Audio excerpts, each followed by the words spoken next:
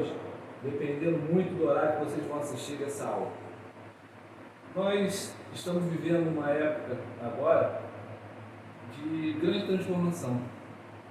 Transformação essa em virtude de uma epidemia em que nós temos que nos manter distantes. Mas vamos tentar aqui resolver o nosso problema com uma forma mais presente diante de vocês, que é através desse vídeo. Então, nós vamos ter uma série de vídeos, uma série de aulas, e a partir de agora, nós vamos tentar prepará-los, dar continuidade à preparação para o Enem. Que esse é o grande foco, não esqueçam disso. Essa parte de aula, de nota, que eu sempre conversei com vocês, de passar de ano, vamos nos focar para aquilo que vocês vão precisar. E vocês precisam de conteúdo esse para sentar e fazer uma boa prova no que diz respeito ao Enem, principalmente. E alguns outros que vão tentar outros vestibulares. Então, diante disso, eu vou dar continuidade de onde eu parei, em sala de aula. A partir daí, nós vamos tentar resolver as questões, dúvidas, através do novo portal que foi implementado pelo Colégio Castelo, que é da Microsoft Teams, e acredito que venha nos ajudar e a resolver muitos dos nossos problemas. Dando continuidade à nossa aula, vamos tentar aqui relembrar de onde nós paramos em sala de aula. Eu estava falando com vocês sobre o segundo reinado. E eu tratei a primeira fase do segundo reinado, que diz respeito ao período em que Dom Pedro, ainda menino, foi empossado como imperador. Ele vai encontrar aquelas dificuldades iniciais porque ele está pegando uma governança de muito transtorno político, muito transtorno econômico e aquela turbulência social. E ele então vai consolidar o seu poder, vai consolidar a sua gestão, vai mostrar que ele é um bom gestor. E aí ficou na primeira fase conhecida como o período da consolidação. A segunda fase, que nós tratamos em alguns pontos, e destaquei ali, diz respeito ao período do apogeu. Nós vimos a questão Christie, nós vimos a tarifa aos brancos, nós vimos a Era Mauá, nós vimos muito rapidamente a Guerra do Paraguai, que tem muito a ver com a questão militar. Hoje nós vamos tratar sobre a questão religiosa. E para a questão religiosa, antes mesmo, eu gostaria que vocês analisassem isso aqui. É o período da crise. É um período em que Dom Pedro II, que vinha vivendo um momento de tranquilidade política, um momento de tranquilidade econômica, a sociedade estava ali muito satisfeita. Quando chega por volta de 1870, vai começar a bater a porta do gestor Dom Pedro II algumas turbulências. Turbulências essas que nós temos que entender que para se tornar um bom gestor, você tem que ter essa tranquilidade. Então, na política, algumas instituições têm que apoiar. Instituições essas, o Congresso, instituições essas, os empresários, o comércio, a própria sociedade. E nós temos aqui 3 representantes, 3 instituições que sustentavam o poder de Dom Pedro II. que sustentava a monarquia. A monarquia, ela atendia à necessidade da população desde o momento que atende à necessidade de algumas instituições. Então, instituições essas que são bem representativas, até hoje, diga-se de passagem, são as instituições militares, a instituição religiosa. Vamos lembrar que o Brasil, nessa época, era um Estado católico e, principalmente, a instituição financeira, aquela que sustentava economicamente o país, a oligarquia agrária, que estava vinculada e ligada diretamente ao poder, ou seja, eram os integrantes da oligarquia agrária que faziam parte, se não tinham seus representantes no Congresso, apoiando assim Dom Pedro II. Ou seja, a monarquia é sustentada por 3 alicerces, por 3 instituições muito representativas. Nós vamos ter problema em que a questão religiosa vai acontecer a partir de 1870. Ou seja, vai haver um racha nesse alicerce. Esse alicerce já vai deixá-los ali um pouco mais insatisfeitos, e aí nós vamos ter a questão militar, que vai promover um outro alicerce, deixando o governo, deixando a monarquia capenga, sendo sustentada apenas pelo poder econômico. E esse poder econômico vai chegar num certo momento, que nós também vamos ver isso hoje, ele vai rachar. E quando ele racha, ocorre o abandono daqueles que pertenciam a essas instituições, deixando a monarquia, e essa monarquia, então, ela vai cair. Onde que esses integrantes da instituição militar, católica e financeira vão se apoiar a partir de então? Numa coisa chamada movimento republicano. Esse movimento republicano,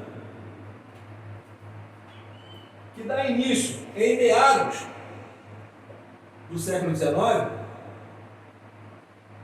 vai se fortalecendo lentamente, pois as insatisfações dos militares, as insatisfações dos clérigos religiosos católicos, as insatisfações dos barões do café, principalmente, vão fazê-los migrar para o movimento republicano. E como isso aconteceu? É o que nós vamos ver a partir de agora, com a questão religiosa.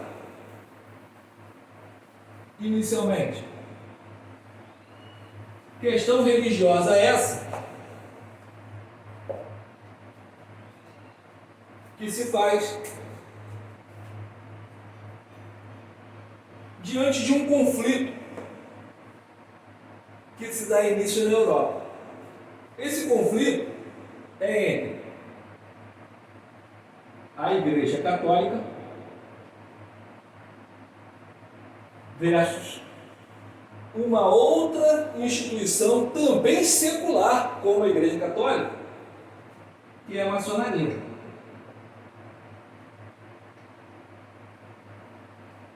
Este embate entre essas duas instituições vai chegar ao Brasil e vai acabar promovendo a questão religiosa. Como esse embate acontece? Inicialmente, o Papa da época, que era o Pio IX, um detalhe importante, para quem não sabe, Pio, em italiano, significa Pedro. Pio IX, ele se sentindo a instituição católica, que sempre foi representativa do poder na Europa, que contribuiu com a unificação das nações europeias, quando se formou os Estados europeus, apoiava diretamente os reis, sempre estava presente junto ao poder, vamos encontrar a partir de então, vamos dizer assim, não um abandono, mas uma presença maior de integrantes da maçonaria junto ao poder dos reinos europeus, junto ao poder dos reinos mundiais, junto ao poder das nações mundiais. Os integrantes da maçonaria passam a integrar e ser grandes representantes no poder mundial. A Igreja Católica, para tentar reverter isso, através de seu Papa, baixou uma coisa chamada Bula Papal. Esta Bula Papal, tentando limitar o poder da maçonaria, tentando tirar a maçonaria no meio do poder dos reinos e das nações, vai dizer o que nessa Bula Papal? O Papa Pio IX, então, envia ao mundo católico essas ordens. Ora, nessa Bula Papal vinha claramente dizendo que, a partir desta data, é terminantemente proibido que os maçons frequentem, ponham os pés dentro de uma igreja católica. Então, vou repetir. Na Bula Papal, ela proibia claramente que um maçom frequentasse um templo religioso católico. Ele não poderia entrar no templo religioso católico, em que os padres, os bispos, os arcebispos, seja lá quem for, deveria então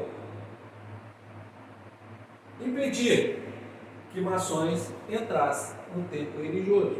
E da mesma forma, essa mesma Bula Papal deixava bem claro e dava uma outra ordem: é terminantemente proibido também que um católico frequente uma loja maçônica.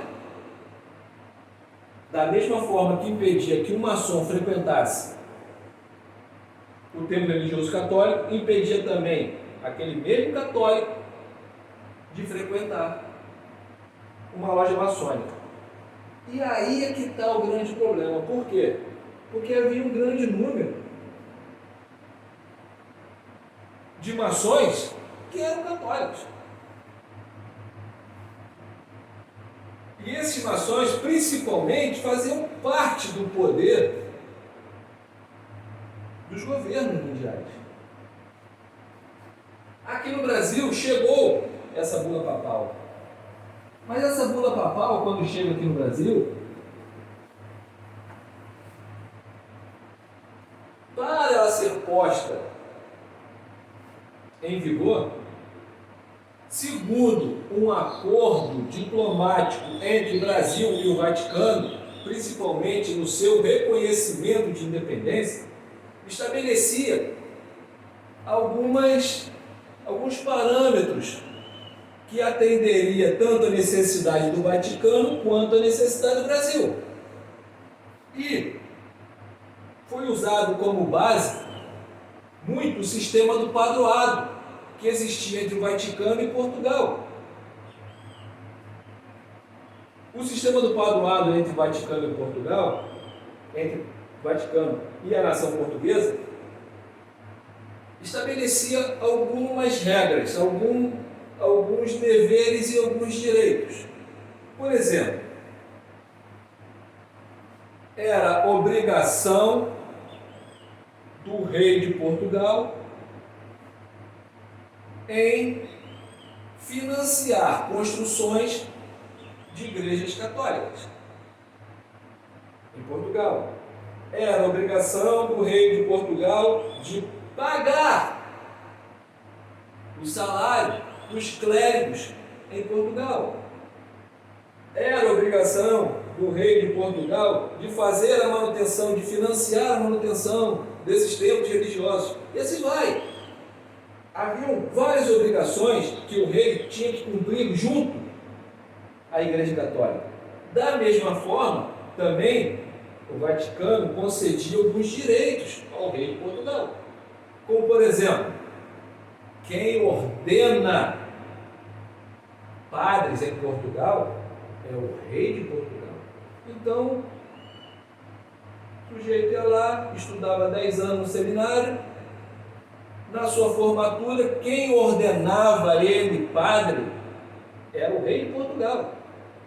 Da mesma forma, era concedido o direito do rei de Portugal da promoção na Igreja Católica em Portugal. Aquele que vai ser promovido de padre a bispo, a arcebispo, e assim vai, cardeal, e aí vai. Então, quem tinha esse direito em Portugal era o rei de Portugal. Era direito também do rei de Portugal de recolher o dízimo das igrejas para cumprir o pagamento de salários, manutenção, tudo aquilo. Então haviam obrigações e haviam também direitos. Esse se chamava padroado. Um sistema estabelecido entre Vaticano e Portugal. Quando acontece o reconhecimento da independência do Brasil, aqui no Brasil, tudo que estava no padroado passa a prevalecer também neste acordo aqui no Brasil. Absolutamente tudo. E esse sistema do padroado aqui no Brasil, ele receberá o nome de sistema beneplácito.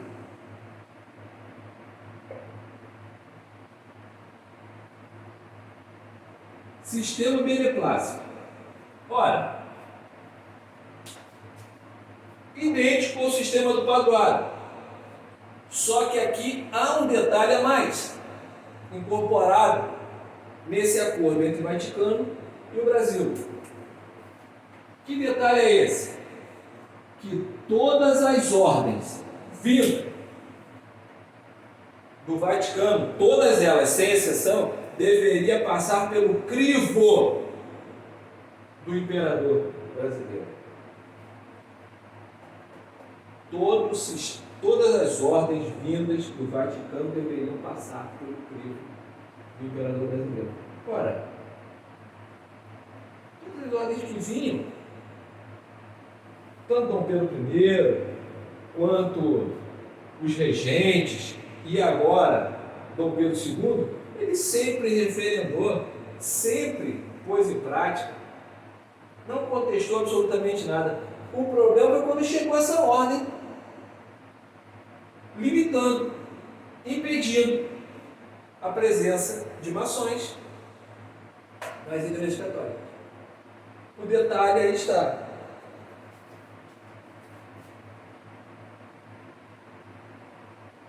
Dom Pedro II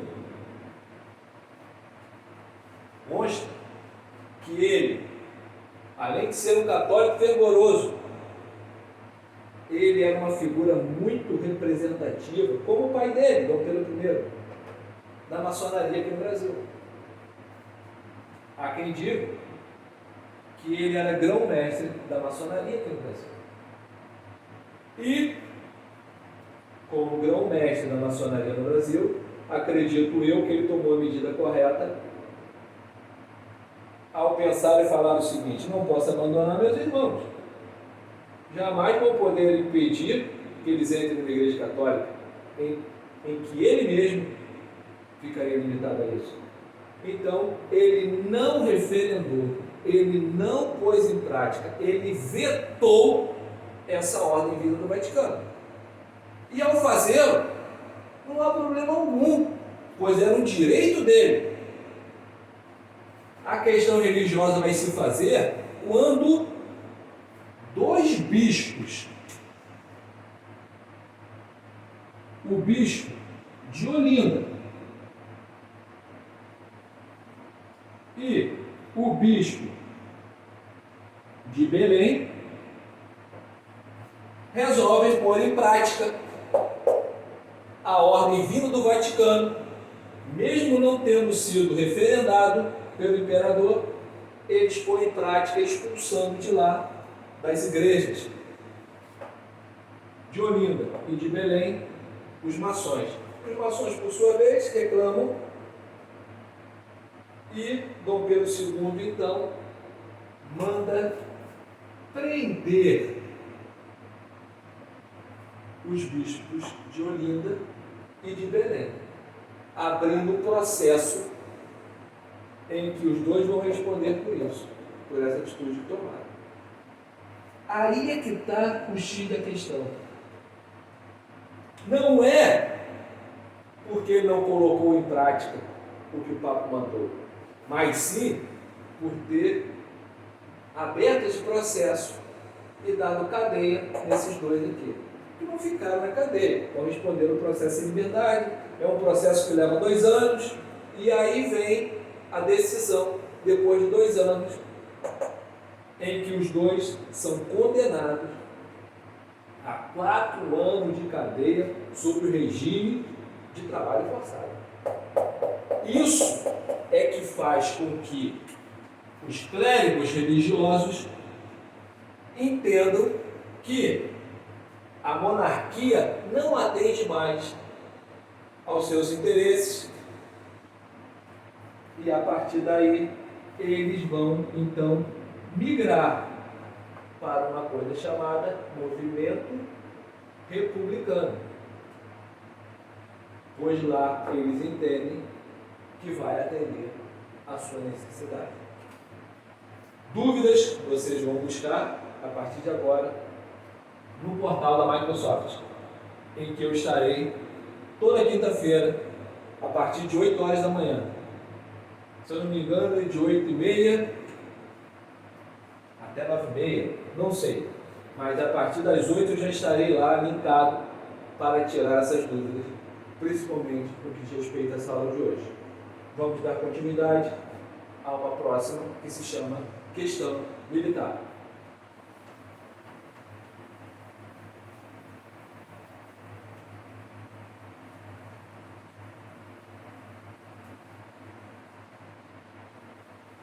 Na questão militar, ela está relacionada diretamente à Guerra do Paraguai. Por que está relacionada à Guerra do Paraguai? Primeiro, na Guerra do Paraguai, o Brasil que sagrou-se vencedor, o exército brasileiro, que ele, antes da Guerra do Paraguai, ele não atendia às necessidades do chamado um exército brasileiro de defender a pátria, aquele negócio todo, simplesmente era como se fosse assim, forças locais. Para que servia o exército? O que o exército fazia naquela época? O exército não tinha muita representatividade, o exército não era unido, o exército, cada região tinha ali um comandante, esse comandante respondia diretamente a um líder local. Então, se algum escravo fugisse, o senhor daquele escravo ia no exército, solicitava, vai lá atrás, lá na mata, busca meu escravo de volta, tenta recapturar. Era para isso que servia o exército. Tem uma briga ali de marido e mulher, chama o exército. Roubaram uma galinha ali, chama o exército. Então, o exército era para atender as necessidades locais, dos líderes locais, daquele que tinha o poder econômico e político local. Veio a Guerra do Paraguai. O Brasil não tinha um exército preparado para enfrentar uma guerra. E quando se vê essa necessidade, principalmente no contato com o exército argentino e uruguaio, os líderes militares percebem que eles têm muito que aprender e vão aprender. O general argentino foi um grande responsável até por formar vários oficiais brasileiros, Mena Barreto. E ali eles vão então perceber que o Brasil tinha uma necessidade de ter um exército unido. E essa unificação do exército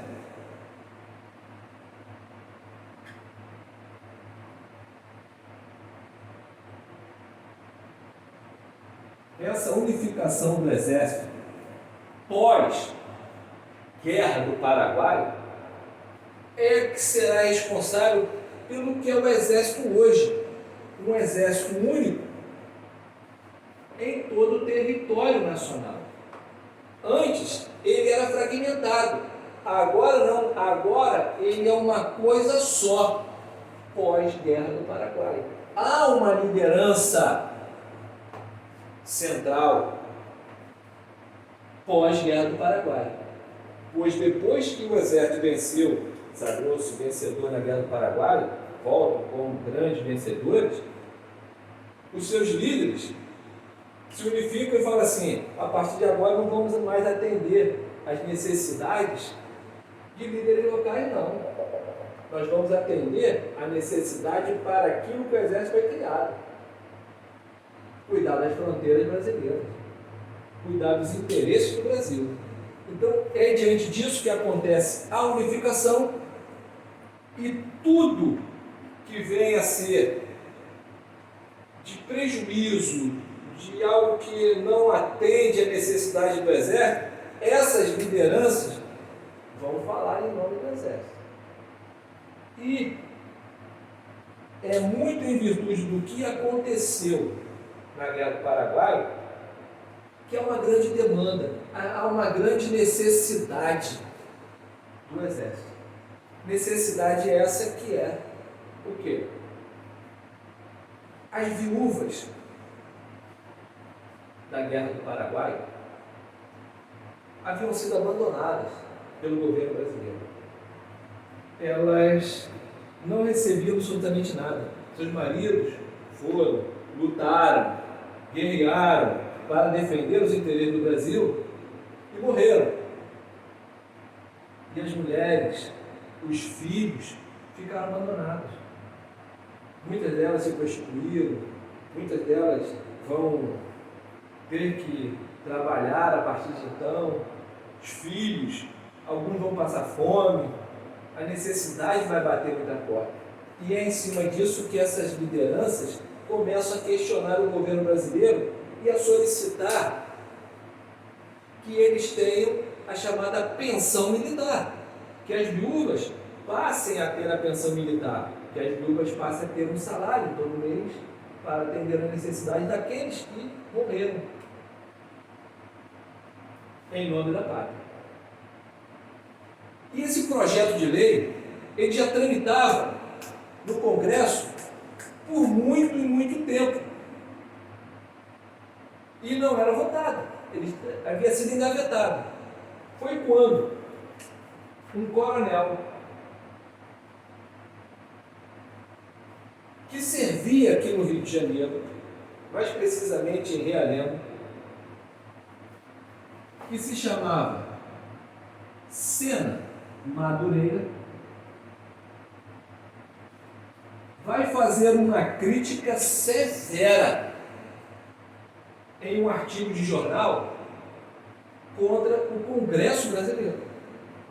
Ele vai deixar bem claro que as viúvas estavam passando necessidade, que o Exército defendeu a pátria. Foi uma defesa muito grande em relação a essa necessidade da pensão militar. Quando ele faz isso e foi publicado, vamos lembrar que quem fazia parte do Congresso eram os grandes latifundiários brasileiros. Eram aqueles que atendiam a necessidade do regente, que era Dom Pedro II. Eles não gostaram nem um pouco dessa crítica. E eles então solicitaram ao ministro da Guerra para dar uma cadência na Madureira. E aí começa o problema. O ministro da Guerra sabe muito bem que se der uma cadência na Madureira, que está falando em nome de todos os militares, ele iria trazer uma revolta militar e poderia até gerar uma guerra civil. Então o que ele faz? Ele vai resolver o problema de outra forma, uma forma mais política. Ele simplesmente transfere Sena Madureira, tira do Rio de Janeiro e o envia para o Rio Grande do Sul. para tirá-lo do foco das lideranças militares na corte do Rio de Janeiro.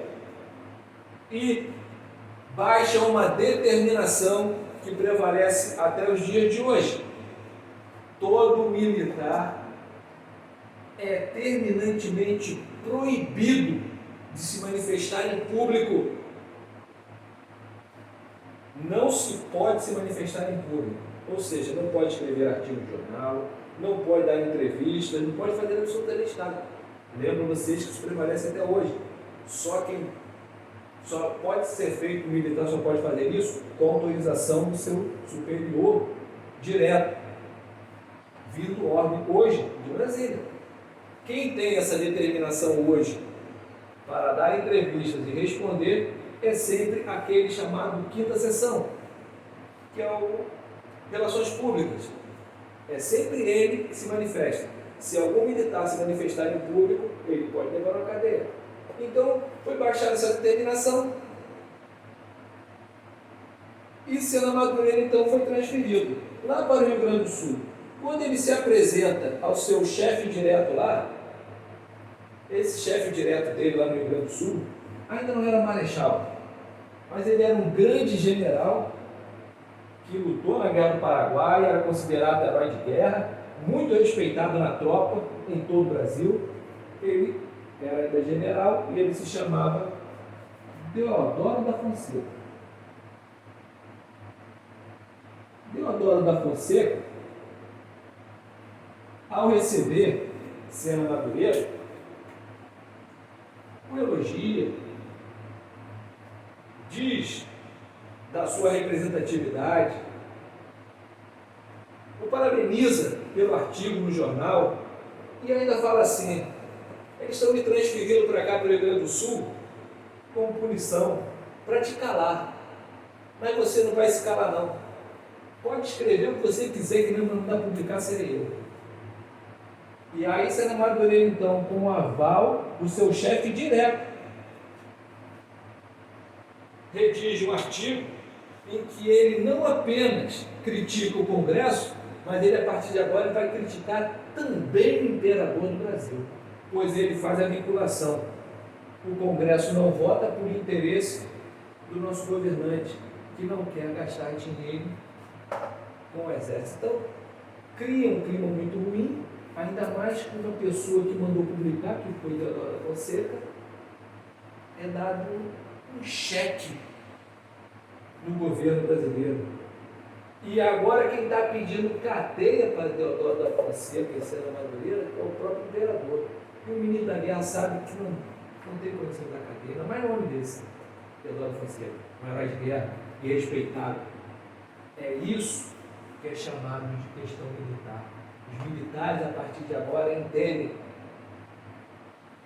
que a monarquia não os atende. É por isso que vários integrantes dos militares vão migrar, a sua grande maioria do Exército, para aquele movimento chamado Movimento Republicano. Mais uma vez, lembro a vocês, dúvidas sobre questão militar, portal da Microsoft, a partir das 8 horas, na quinta-feira. Toda quinta. Vamos ver, por último, a última das questões no período de crise do governo de Dom Pedro II, grande gestor. Mas esta, a questão abolicionista,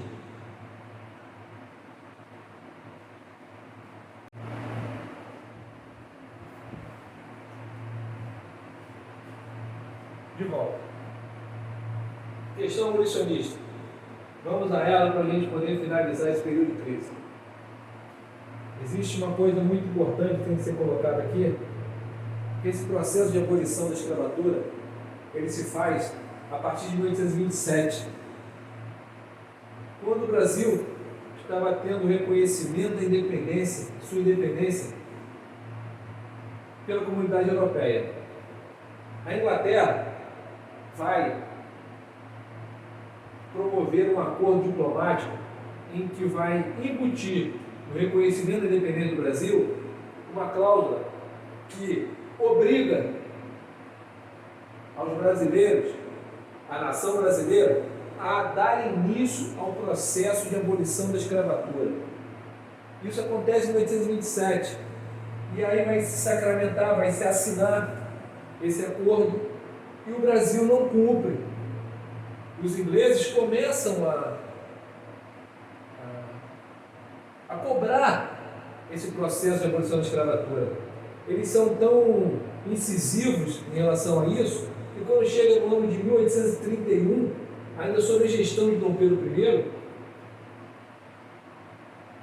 Dom Pedro I é tão pressionado, mas tão pressionado pelos ingleses, que se vê obrigado a baixar um decreto, muito em virtude dele não ter ali o Congresso em funcionamento, porque ele sempre agiu de forma arbitrária, de forma muito ditatorial, e principalmente ele possuía aquele poder absolutista disfarçado na Constituição, que nós não falamos, que é o poder moderador.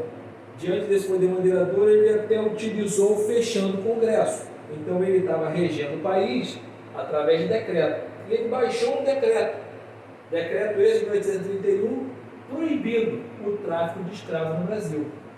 Proibir, ele proibiu, mas fiscalizar ele não fez. Então, essa lei ficou conhecida como Lei para Inglês Ver. O primeiro reinado se encerrou, houve a abdicação do trono, veio ali o processo em que o Brasil ficou sob a regência trina provisória, trina permanente, una de Diogo Feijó, una de Araújo Lima, e finalmente em 1840 veio o segundo reinado. O segundo reinado esse, sob a gestão de Dom Pedro II. E já na gestão de Dom Pedro II, em 1845, os ingleses tomam uma nova providência para acabar com essa escravidão no mundo, pois eles impunham a bandeira da humanidade. O que nós já também comentamos sobre isso, não é bem dessa forma. Haviam ali interesses muito fortes na África, no continente africano. Mas eles promovem uma lei chamada Lei Bill Abercrombie. Essa lei, promovida pelos ingleses, em que os ingleses se arrogam de xerife do mundo, vão pôr em prática. Vão proibir o tráfico de escravos. Eles eram a maior potência, principalmente no mar. E, em relação a isso, eles vão então começar a fiscalizar. Quando eles encontravam alguma embarcação que estava transportando escravos, essa lei dizia o seguinte, que era proibido, e diante dessa proibição, o almirante da embarcação tinha o poder de punir com a pena de morte o capitão da embarcação apreendida, que estava praticando o tráfico de escravos, e aprisionar toda a tripulação,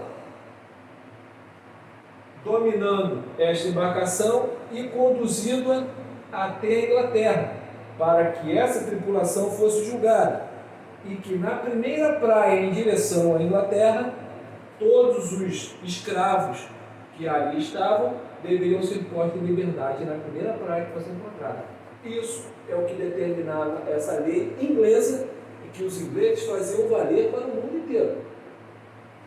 Muito bem, diante dessa forte pressão inglesa, o Brasil, que possuía uma boa relação diplomática com os ingleses e que teve ali o seu momento de abalo diante da questão British, mas que logo vai se resolver, vai tomar providência no sentido de providenciar, vamos dizer assim, o cumprimento do acordo de 1827. o Brasil vai tomar a providência que vai dar início a um processo de abolição da escravatura aqui no Brasil. Mas, devemos lembrar, vai atender aos interesses dos ingleses? Parcialmente vai atender. Mas atendendo os interesses dos ingleses, a quem o imperador Dom Pedro II estaria desagradando? Basicamente, a oligarquia agrária. A oligarquia agrária que mantinha a segurança econômica, que mantinha a tranquilidade econômica nesse país, que gerava riqueza nesse país, muito através da mão de obra escrava. Então, se dá início a um processo de abolição da escravatura, estaria desagradando a oligarquia agrária. Atendia-se aos ingleses e desagradaria a oligarquia agrária? Ora, Dom Pedro II se tornou um grande gestor, um grande governante, governou esse país durante 49 anos, não foi à toa, pela sua inteligência. Ele vai ter a inteligência suficiente de atender aos interesses da Inglaterra e atender aos interesses da oligarquia agrária. Como? Promovendo as chamadas leis abolicionistas. Antes que as leis abolicionistas fossem postas em votação e sancionadas pelo governo, o próprio Congresso, que grande parte deles era formado pela própria oligarquia agrária, vai garantir que nesse país escravo não tenha acesso à terra, pois eles vão votar e aprovar a chamada Lei de Terras. Essa Lei de Terras, que é de 1850, que antecede ao início do processo de abolição da escravatura nesse país, a Lei de Terras previu o quê? A partir de agora, vai ser institucionalizada a propriedade privada nesse país. Até então não havia essa instituição chamada propriedade privada. O que havia era a posse da terra. A oligarquia agrária tinha a posse dessa terra, aproveitava essa terra, fazia investimento nela, produzia. A partir da lei de terras ele vai ter o direito de propriedade. A partir de agora, toda terra ocupada no Brasil tem dono. As terras que não eram ocupadas, que não possuíam dono, vamos tentar aqui simbolizar. Digamos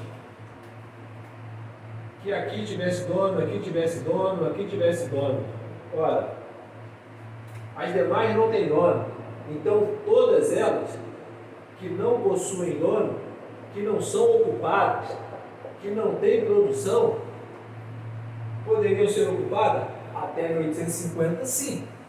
Depois de 1850, com a lei de terras, ficou vedado, ficou proibido qualquer pessoa ter acesso a essas terras. Elas são chamadas terras devolutas, terras do governo, passam a pertencer à coroa brasileira.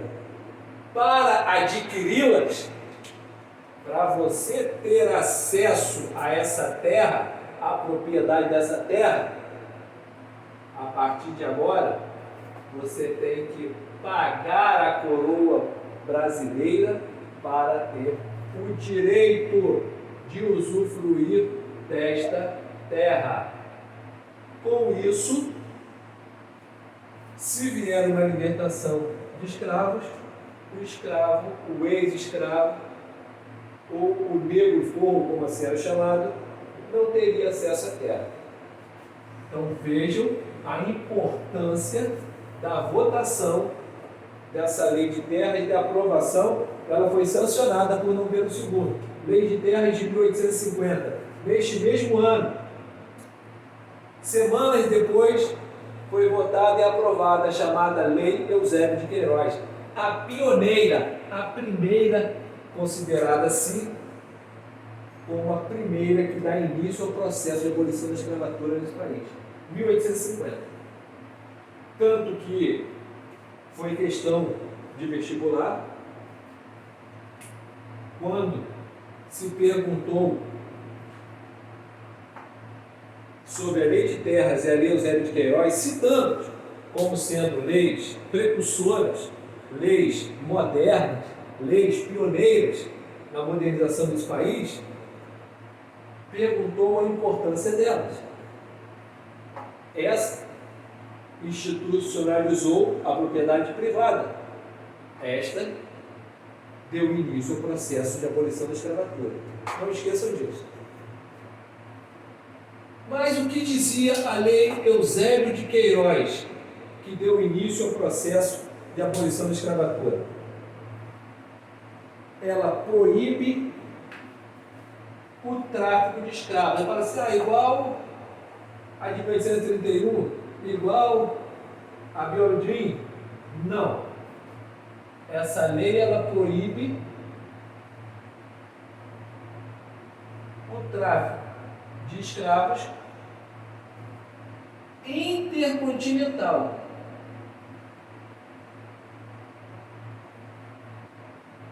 Intercontinental. Ora, o que seria isso? Proibir tráfico de escravos intercontinental. É simples. O que ela proíbe é que o escravo saia da África para ser vendido no Brasil, entre continentes. Isso aqui está proibido. Ela não proíbe o tráfico de escravos no mesmo continente. Com isso, o Brasil possuía uma grande quantidade de mão de obra escrava no Nordeste brasileiro, em que está vivendo um momento muito delicado com relação ao comércio do açúcar, sofrendo forte concorrência das Antilhas. Então, há uma quantidade de escravos muito grande no Nordeste, de forma obsoleta, enquanto há uma necessidade muito grande, hoje na região chamada de Sudeste, na época de Centro-Sul, com a produção do café. Então, veja que Dom Pedro II foi inteligentíssimo.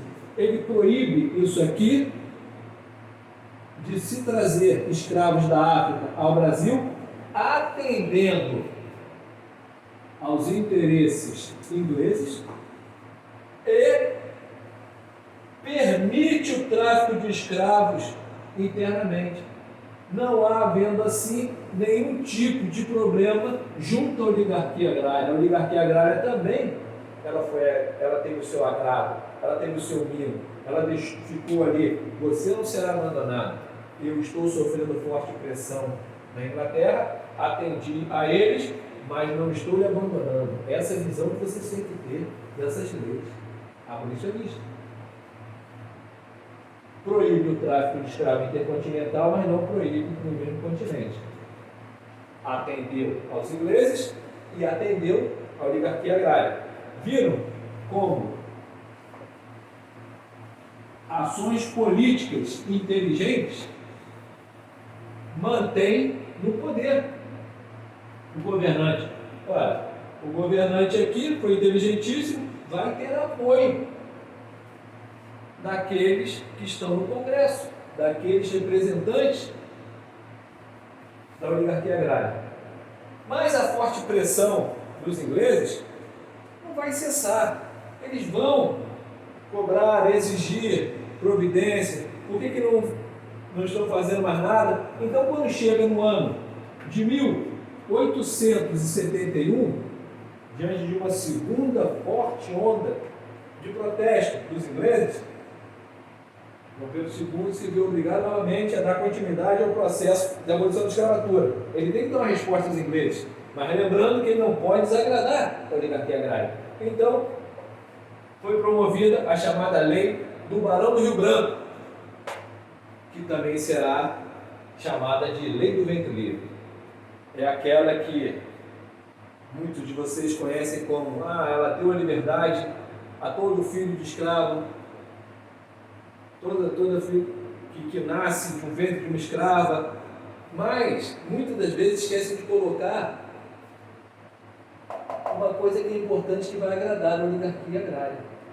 Nessa lei fica determinado claramente que o filho que nasce do ventre de uma escrava está livre, mas vincula claramente ao pagamento de uma indenização ao seu proprietário. O Estado teria que pagar ao dono daquela escrava que gerou esse filho, como forma de indenização pela liberdade daquele filho. Se o Estado não fizesse isso, quem deveria fazer? A própria criança deveria pagar. Se o Estado não pagar essa indenização, quem vai pagar é a criança. Então, ficou determinado o quê? Que toda criança nascida do ventre de um escravo estava livre desde que houvesse o pagamento dessa indenização. O pai do Estado, se o Estado não pagasse, ele não deveria pagar. Então, ele teria que trabalhar de 8 aos 21 anos como forma de indenização por parte desse pagamento. Ora, isso aqui é uma garantia clara de que sempre haverá, sempre terá uma mão de obra para colher os pés de café deles. Então, ele dá aquele recado à Inglaterra: retomei o processo de libertação da escravatura, e também deixa claro para a oligarquia agrária, para a elite brasileira, a elite financeira brasileira, a elite comercial brasileira, que estou atendendo aí lá, mas não estou abandonando vocês, estou garantindo a mão de obra escrava. A Inglaterra começa a perceber que está sendo enganada e começa a pressionar. Não, se tem que continuar, então Dom Pedro II mostra mais uma vez sua habilidade com a terceira lei que ele promove, Lei Saraiva-Cotegi, também conhecida como Lei do Sexagenário. O que diz essa lei? Todo escravo acima de 60 anos é livre, desde que o Estado pague uma indenização ao seu senhor. Mais uma vez, uma lei vinculando uma indenização, vinculando um pagamento de indenização. Caso o Estado não pague essa indenização, o próprio escravo terá que pagar. Ele terá que trabalhar 3 anos como forma de indenização. O escravo só está livre deste pagamento se ele tiver acima de 65 anos. E aí, pessoal, é aquele entendimento que você tem que começar a buscar. Onde vai se encontrar um escravo acima de 60 anos? Algo raro. Acima de 65, mais raro ainda. Então é mais uma lei do processo de abolição da escravatura que tenta enganar os ingleses e garante a mão de obra escrava aos seus senhores. Mas, quando chega no ano de 1887,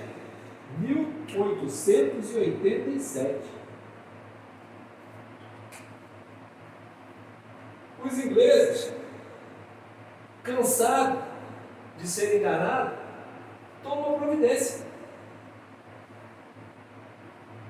Estava existindo uma reunião das nações,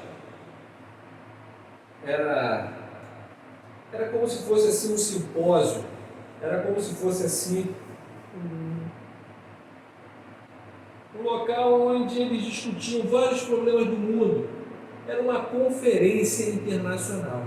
E nesta conferência internacional, os ingleses aproveitaram a presença dos representantes das nações mundiais e resolveram trazer à tona o processo abolicionista do Brasil. E ia dar aquela, como pode a única nação independente nesse mundo praticando a escravidão, empunhando a bandeira da humanidade. Na realidade a gente sabe que não é isso, que eram interesses comerciais, né? A bandeira da humanidade, e aí traz à tona e coloca ali em questão que se o Brasil, no período de um ano, não promovesse a abolição da escravatura em seu território, que todos aqueles que estavam ali presentes e assinando esse termo não comprariam mais produtos brasileiros produzidos com mão de obra escrava. E eles assinaram e deram essa intimação ao Brasil. Olha, o Brasil tem um ano para promover a abolição da escravatura. E assim foi feito. A Lei Áurea vem para cumprir isso. Até porque, se não cumpre, eles não conseguem vender seus produtos lá fora. Então, muita gente fala assim, a Lei Áurea, a oligarquia abandonou Dom Pedro II porque promoveu a Lei Áurea. Eles eram contra a Lei Áurea. Não. Eles foram contra a Lei Áurea da forma que ela foi redigida. Era muito simples. 13 de maio de 1888, a partir desta data, todo escravo no Brasil é livre. E ponto. Foi isso que apurgiu eles? Sim. Eles estão atrás de quê? Da indenização. Cadê minha indenização? Cadê minha garantia que eu vou ter ali mais um tempo de mão de obra?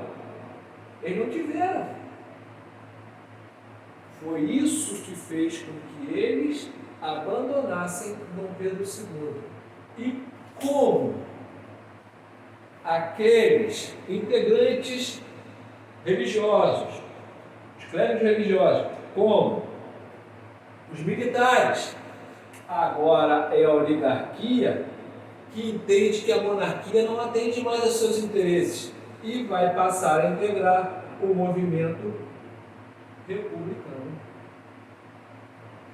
com toda a força, dando uma força muito grande a esse movimento e que em um ano, no máximo, virá pelas mãos do Marechal Deodoro da Fonseca o fim da monarquia e ali vai se instituir a República no Brasil, 1889. Mas esse assunto lá para frente. Lembro vocês, quinta-feira, 8 horas da manhã, estou tirando as dúvidas de vocês com relação ao assunto Segundo Reinado, período da crise. Um forte abraço a todos e muita força e muita saúde.